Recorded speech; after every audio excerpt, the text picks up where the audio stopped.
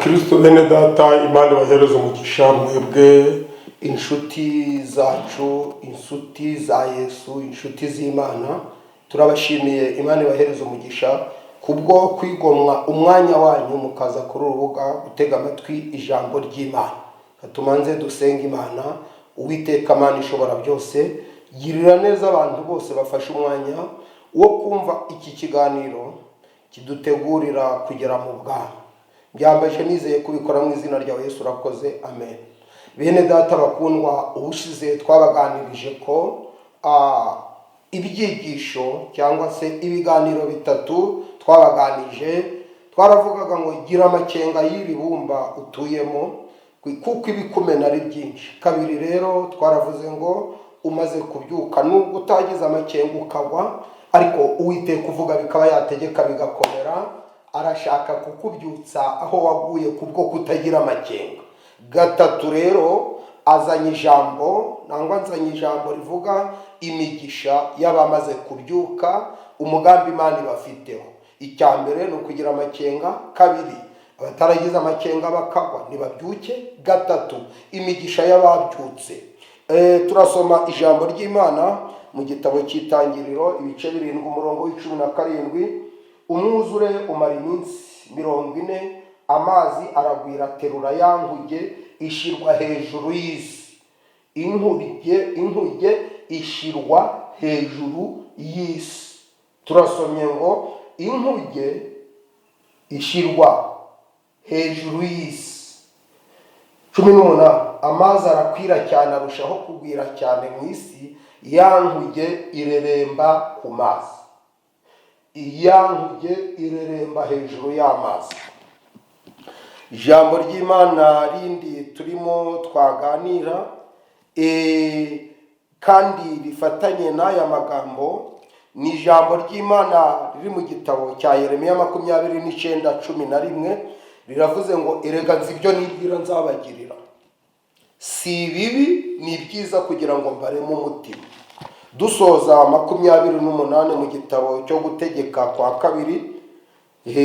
Gutegeka kwa kabiri naho hari ijambo rigendanye n'aya magambo, umugambi w'Imana ku bantu. Umva uwo mugambi Imana ifite. Nugira umwete wo kumvira Uwiteka Imana yawe no kwitondera amategeko yose ngo utegeke uyu munsi, Uwiteka Imana yawe izagusumbisha amahanga yose yo mu isi. Izagusumbisha amahanga yose yo mu isi. Kandi iyi migisha yose izakuza ikugereho niwumvira Uwiteka Imana yawe.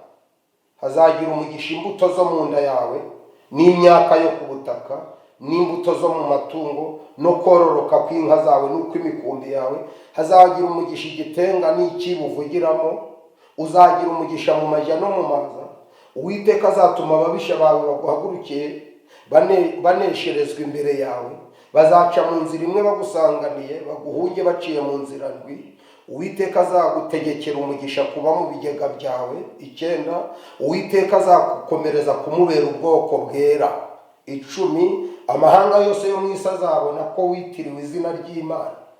11, kandi Uwiteka azakugwiriza ibyiza by'imbuto zo mu nda yawe. 12, Uwiteka azagukingurira ijuru. 13, Uwiteka azaguhindura umutwe ntazaguhindura umurizo. Nubwo dufite ibiriho ku isi byinshi ariko ndagira ngo mbabwire ko Uwiteka afite umugambi mwiza.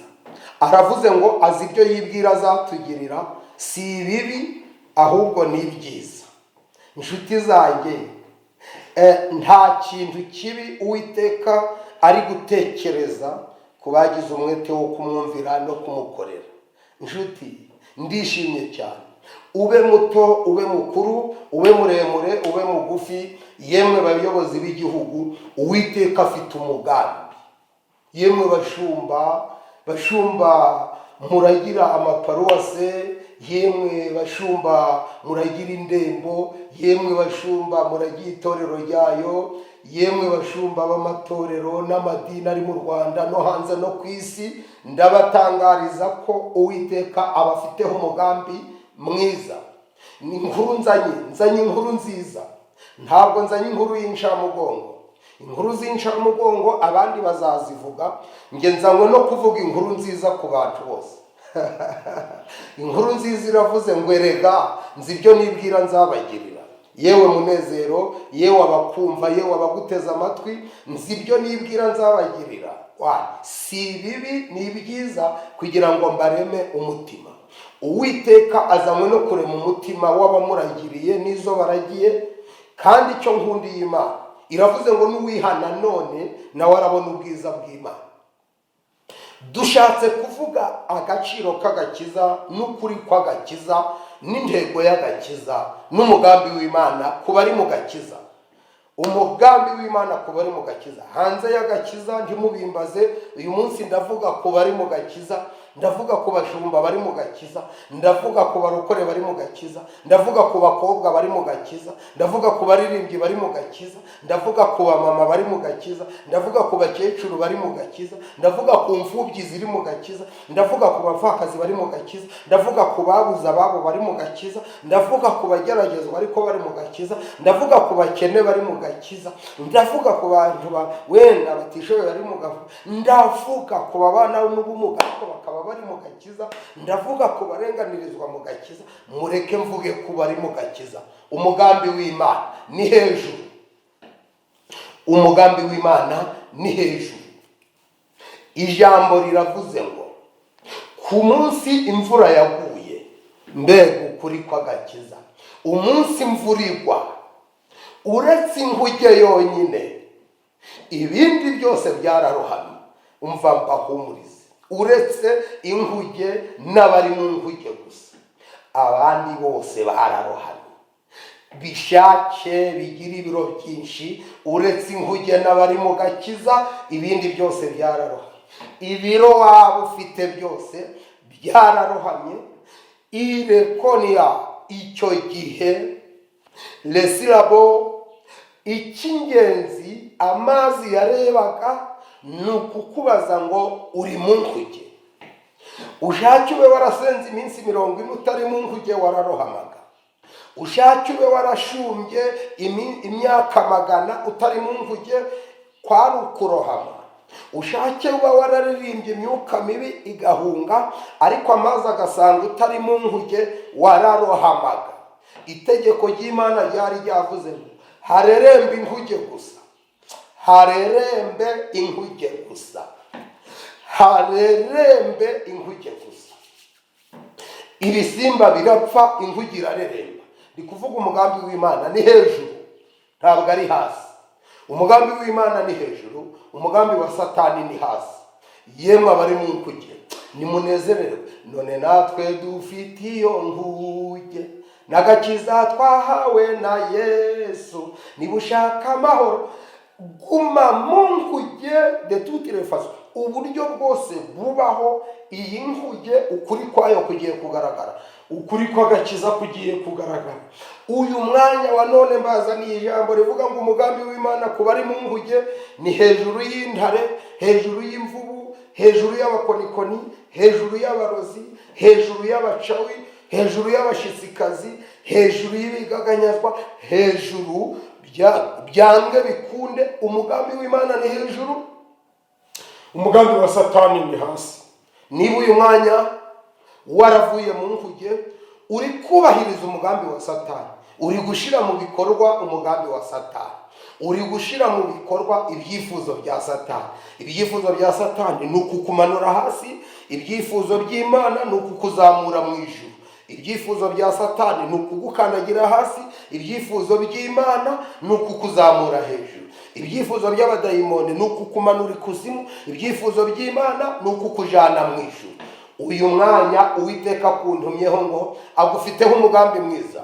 Aleluya, aleluya, aleluya. Iyo tugiye mu bantu, nshaka kuvuga abantu wenda bageze mu 10 bakoreye Imana, baza badashitse ariko basoreza hejuru. Uwa mbere ndavuga ni Mose. Mose yatangiye gukorera Imana yajugunywe na nyina. Ibyo ntacyo byatwaye umugambi w'Imana. Aleluya. Ntabwo kuba warajugunywe n'ababyeyi ntacyo biratwara umugambi w'Imana. uko yari ari ejo n'uyu munsi niko ari kandi niko azahora iteka ryose. Ndi kukubwira ngo ibibazo bikomeye urimo ntacyo biratwara umugambi w'Imana. Niba uri mu gakiza ni hejuru, iyi migisha yose izakuzaho. Havuzwe ijambo rikomeye ngo nzakugira umutwe sinzakugira umurizo. Umugambi w'Imana kuri wowe uri mu nkuge nta kuba umurizo, ni ukuba umutwe. Nzaguhindura umutwe, nzaguhindura umutwe. Umva umugambi w'Imana ku bantu bari mu nkuge. Icyitondero, ndimo ndavuga bari mu nkuge. Hanze y'inkuge ho ni eleba, abanga Imana ntibayisenge bazapfa bere kwibukwa. Kristo we yaravuze ngo nzaguhindura umutwe sinzaguhindura umurizo.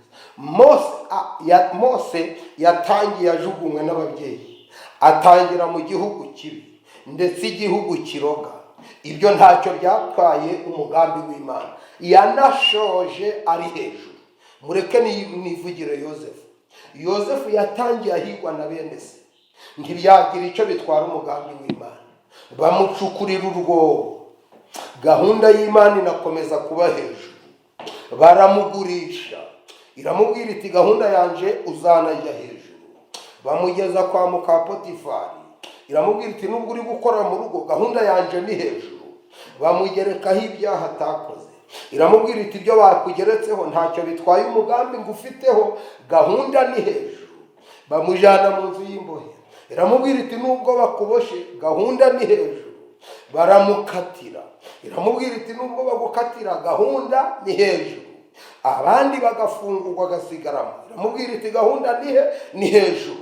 Nshatse kubabwira ko umugambi w'Imana ku bakozi bayo hasi ntaharimo. Iyi hasi hazaja ryabumba nababwiye, ariko ubugingo buzamuke hejuru. Asengeye kwa padiri kera barambwira ngo umuntu ni iki? Umuntu ni ikiremwa cy'Imana kigizwe na roho y'ubwenge idashobora gupfa n'umubiri uzapfa. Uyu mwanya wa none Yozefu asoza hejuru y'abamufunze, asoreza hejuru y'abamugambani, asoreza hejuru y'abamuvuze nabi, asoreza hejuru leba. Icyo mbabwiye, itangazo nzanye kuri rubuga, umuntu wese uri mu nkuge, natwe dufite iyo nkuge, nagakiza nakagumemo. Uko ahari kurira kwa kurarira, ariko uzanasoreza hejuru. Umva Esiteri, nubwo wakubiti kukabura so na nyoko, ukarebwa na nyokoroma akaba ku rugi, gahunda ni hejuru. Umva Morodekayi, nubwo waba ku rugi, gahunda nani. Morodekayi we, imbeho yo ku rugi ntigukange, gahunda nani hejuru. Umva Rusi, kubura uwawe ntibugukange, fa kuba waravuganye n'Imana, gahunda nani hejuru. Icyo mvuga ngiki Dawidi we, nubwo wabuheze iyo ngiyo, ariko gahunda nani hejuru. Ndimo ndavugana n'Abisirayeli, ndimo ndavugana n'ubwoko bw'Imana ko Uwiteka abantumyeho ngo ntabwo yahinduye gahunda. Ntabwo yahinduye gahunda. Gahunda ye ni imbere, gahunda ye ni hejuru. Gahunda ya Satani ni inyuma, gahunda y'Imana ni imbere. Gahunda ya Satani ni hasi, gahunda y'Imana ni hejuru. Dusoza rero, dusoza ibindi tuzabiganira. Ijambo riravuze ngo uretse inkuge yonyine, intare zikomeye zashwe n'amazi, inkuge irareremba. Imvubu zikomeye zihitanwa n'amazi, inkuge irareremba. None natwe dufite iyo nkuge, nimugume mu nkuge rero. Umugambi w'Imana, icyo gukomera kw'ibibazo ufite ntacyo byatwara umugambi w'Imana. Upfa kuba uri mu nkuge. Ushake uba umeze nka Morodekayi, ukingura urugi detaza, ariko gahunda y'Imana izanagerwaho, ukuri kuzagaragara. Ushake umeze nka Esiteri, ushake uba ufite na nyokoro muri ku rugi, ushake ube wakati. Icyo Uwiteka avuganye nawe, niba uri mu gakiza, uzanareremba hejuru yabyo. Uzabija hejuru ntibizakuja hejuru. Gahunda Imana yapanze, havumbuka amasoko y'ikuzimu, gahunda ni hejuru. Imvura yaturutse hejuru, gahunda. Itoro ry'Imana ryubatse ku rutare, amarembo y'ikuzimu ntazarishobora. Ngiye gusengera abantu bose bari mu makuba, bari mu byago, bacitse intege, bazi kwitagikoze, mbaganirije mbamenyesha ko umugambi w'Imana irawukomeje. Gahunda ni hejuru, gahunda ni hejuru, ko nta kivuga ngo rihere. Kristo wera, ndagushimye ko wabanye natwe, ukaba utugiriye neza, ukaba utwibukije ko ukomeje umugambi wo kudushira hejuru, ko nta mukozi wawe n'umwe ufiteho umugambi wo kumumanura iyi hasi, ko ahubwo n'abamanutse ubabyukisha imbaraga zawe. Byose bibuka ushaka, shira mu bikorwa icyo uvuze, maze abacitse intege ubibutse ko gahunda ari hejuru. Mu izina ryawe Yesu urakoze, amen. Imana ibahereze umugisha mu izina rya Yesu. Nani Pastor Munezero, namba zanjye ni 7866892 iri jambo ry'Imana hamwe nayo mwumvishe yose abakomeza umutima. Ariko ndagutangarije ngo gahunda ufitanye n'Imana irakomeje, kandi gahunda si hasi, gahunda ni hejuru, ukareremba hejuru yabyo kugeza ubwo ukuri kuzagaragara. Byambaje nizeye izina ryawe Yesu urakoze, amen. Imana ibahereze umugisha mu izina rya Yesu.